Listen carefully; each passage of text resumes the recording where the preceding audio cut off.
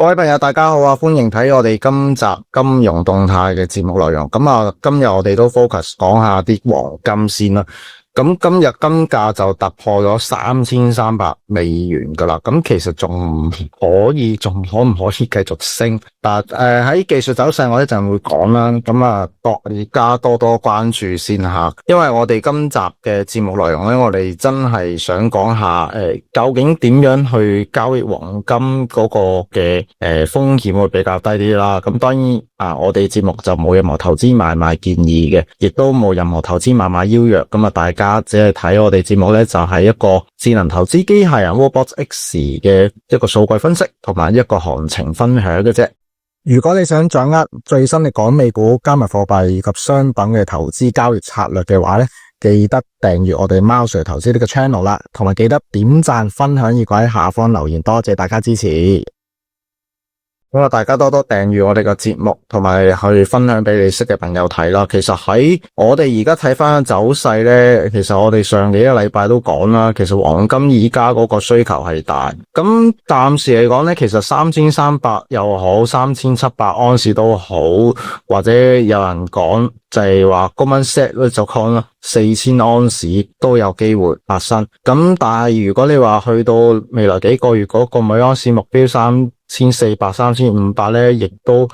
我覺得需要去唞一唞氣先嘅。咁事關我哋而家睇翻黃金嘅行情咧，都的而且確係有少少要唞一唞氣啦，短期。因為而家小時圖又好，或者月線圖都好啦，我哋睇到一啲嘅跡象咧，嗰個 RSI 係有機會出現一個嘅超買啦。咁所以如果喺咁嘅超買行情裏面咧，咁你應該係點樣部署咧？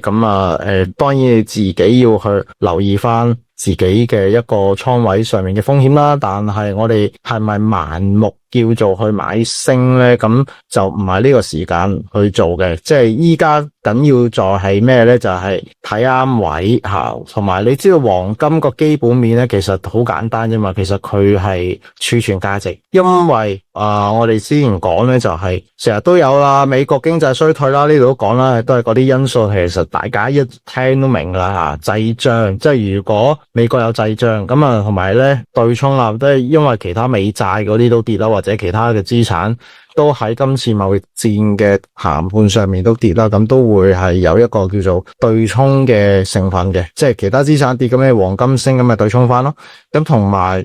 好多人都開始留意黃金啦，同埋有好多央行咧都買黃金㗎，即係佢哋都儲黃金。咁我哋上幾集我哋都有講過啲嘅數據啦。咁我哋今次反而去講講，其實黃金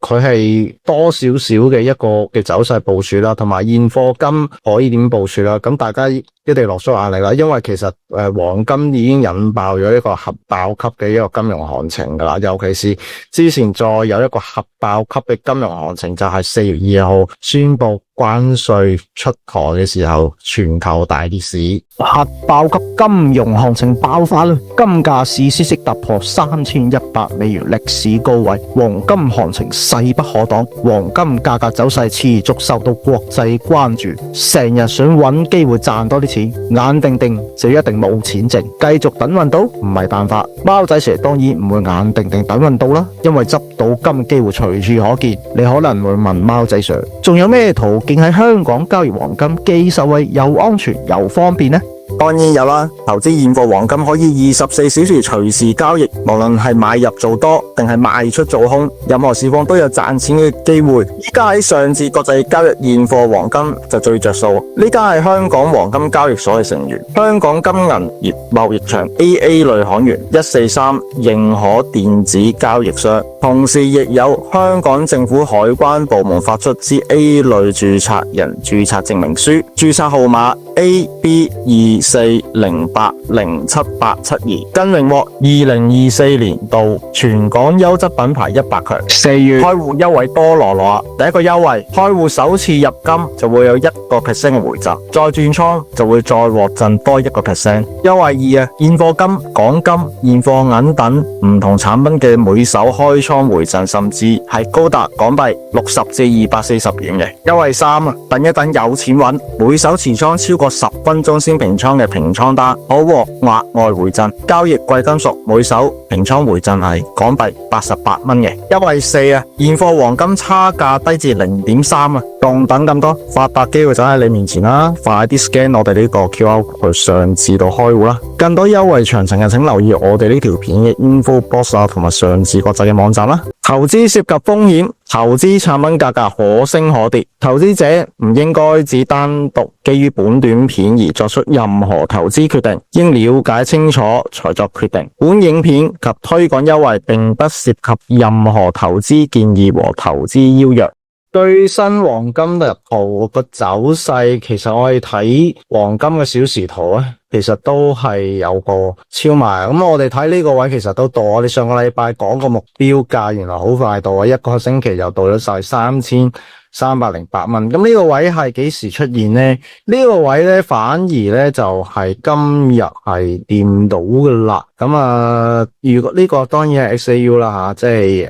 現貨金嚟嘅。咁如果你睇翻個 WOBX 走勢，其實佢出現個 buy 嘅息羅係4月15號朝頭早11點鐘出現個 up 唔係 buy 出現個 up 嘅信號係朝頭早11點鐘，跟住其實之前4月9號或者其實4月2號個市場出現咗一個嘅一個動盪啦，因為當其時宣布咗關稅嘅，即係呢個國家收幾多，個國家收幾多之後咧，咁出現一輪動盪，到4月8號先慢慢啷下就上翻嚟。咁已經錯過咗呢個行情嘅朋友咧，你就要去等下時機啦，因為而家咧就因出現咗個超賣，大家你睇翻個小時圖WOBX 咧，你見到小時圖呢個 RSI 超賣RSI 都係超級綠色，會有呢一個嘅回調啦。不過回調就慢慢回調嘅，佢唔會好急嘅一個回調啦。咁所以大家喺動能上面你見到成交量咧都係一支巴咁樣上。咁其實就避險需求又好，或者喺嗰個各自嘅一個成交嘅需要當中咧都係 OK 噶。其實今日係升咗成80幾蚊噶，你見到今日由今日朝頭早6點鐘開始升上嚟。咁但係的而且確到咗我哋黃金比例呢條線咧，佢都需要唞唞氣啦。另外我哋睇翻日線圖都係出現咗個 up 嘅。大家見到日線圖就喺我哋所講嘅呢一個位啦，呢個位置係幾時啊？係4月10號出現一個 up 嘅信號。咁都有6日之前啦，咁大幅折價就嚟到啦，咁可能黃金呢啲交投量又會減一減。最緊要睇一樣嘢係咩咧？就係咧，其實佢喺 up 嘅時候咧係可以再發力再去，不過暫時嚟講咧，我哋睇翻個周線狀態，日線就超賣唔嚴重嘅，周線超賣都唔嚴重嘅，反而喺個月線上面個超賣就會比較明顯少少。下個位睇幾多咧？呢個收唔晒啦。咁呢度咧大概就係3597呢個位咧，即係頭先有啲分析師所講啦。我哋所講嘅3600蚊呢個位置啦。咁呢個位置我相信都會到嘅，不過其實係睇幾耐到啦吓。咁如果聯儲局真係要減息的話咧，呢啲資產亦都會繼續走高，但係要留意一樣嘢，佢同美元指數咧係依家嗰個即係相反方向已經唔係啦，而家反而係睇翻就係嗰個美元就算轉強轉弱都好啦。黃金個需求依然都係強勁啊！你見個價格就知啦，就有啲要調翻轉啦，就唔可以淨係用一個傳統嘅思維去睇啦。咁大家你見到其實雙頂嘅，你見唔見到啊？月線級別講緊成10年嘅一個嘅雙頂。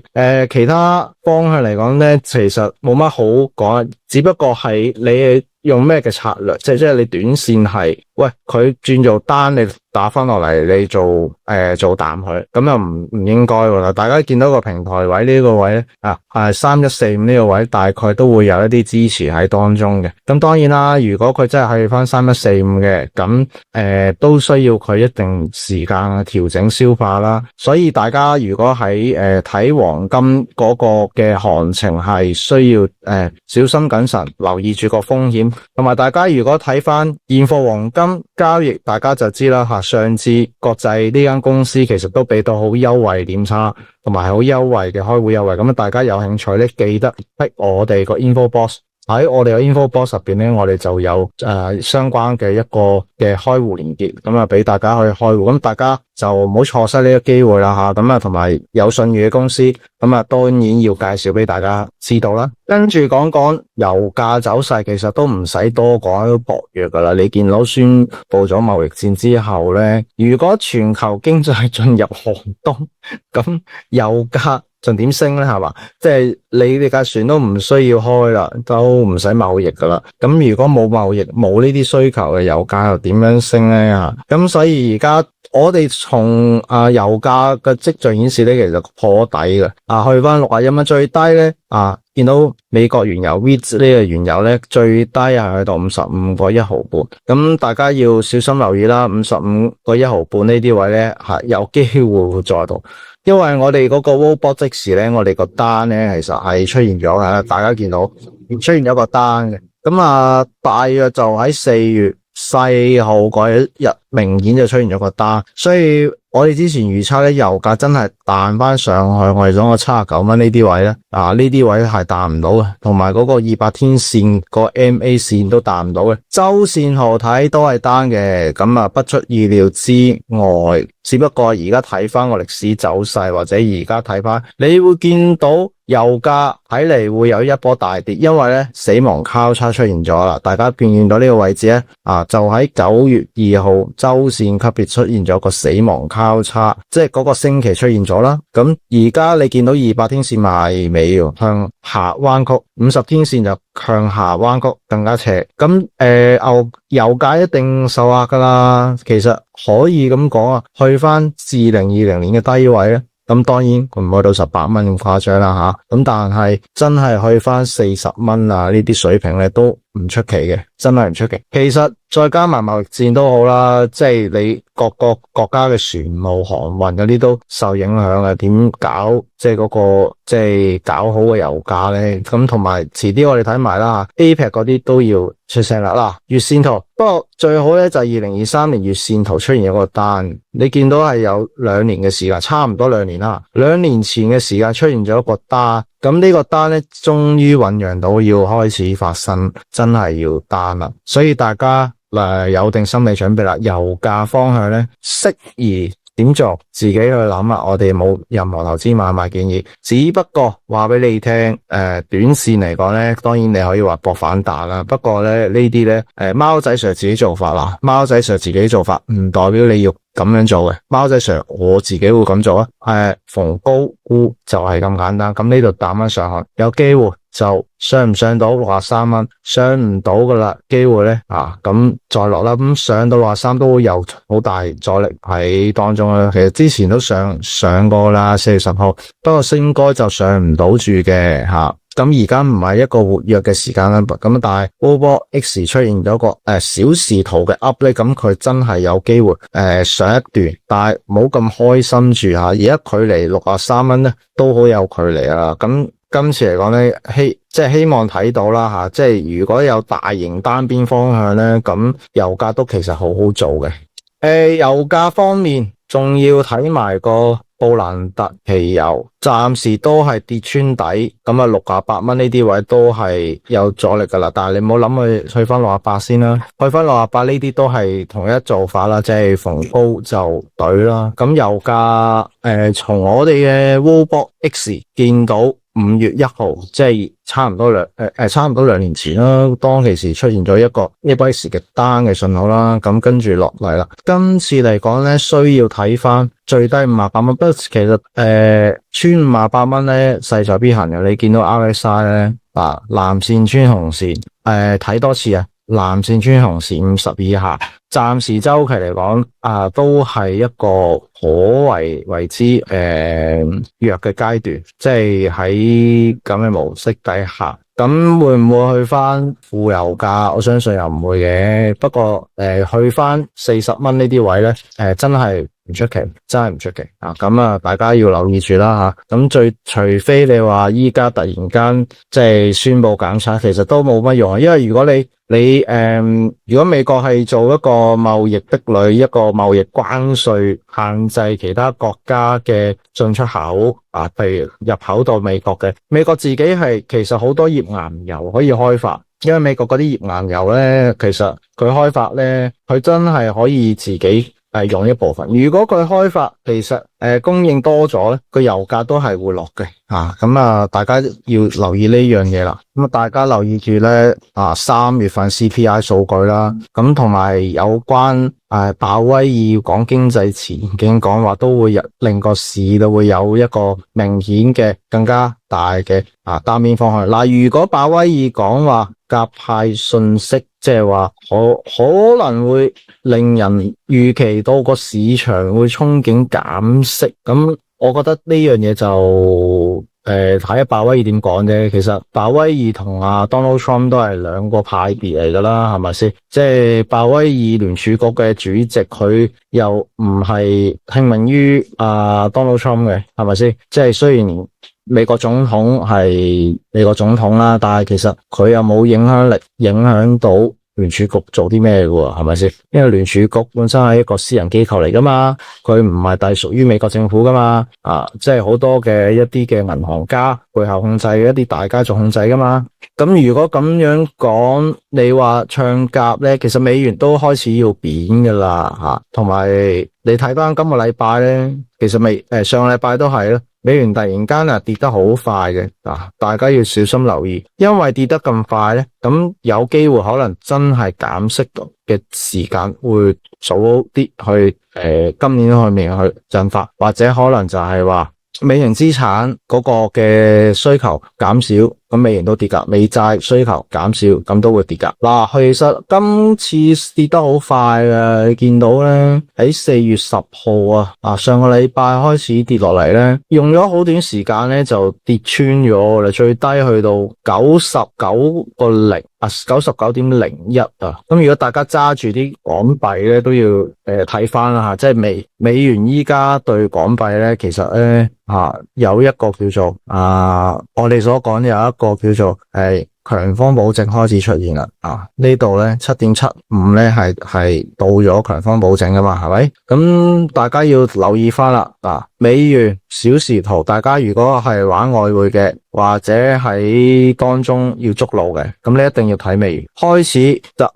波幅出現一個單咧，其實對於個市場係有啲信號。呢個信號係咩呢？呢個信號可以話呢，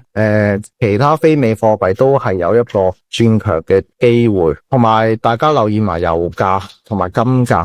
咁好早出現噶啦，2025年1月24號呢個時間，當其時咧就出現咗美元去咗個短期高位咧，就係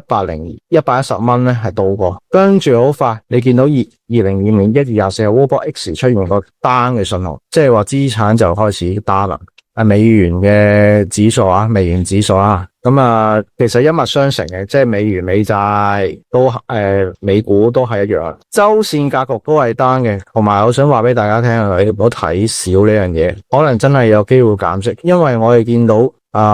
大約其實要去到91蚊先至有一個嘅 supporting 一個支持位，即係美元會去翻呢個單咧繼續落嘅。咁大概咁去到呢度啦，91蚊啦，咁就開始會震盪啦。不過都係一樣嘢啦，月線出現一個單咧，象徵美元一定要轉弱走弱噶啦。大概係因為幾種因素啦，你貿易戰啦，美國政府點樣解決佢嗰個信用危機啊？即係其他國家唔想俾即係唔再買美債啦，即係唔借錢俾大佬啦，唔借錢俾佢使，咁應該點樣去行呢件事咧？始終都需要一個即係軟弱噶嘛，即係雖然美國係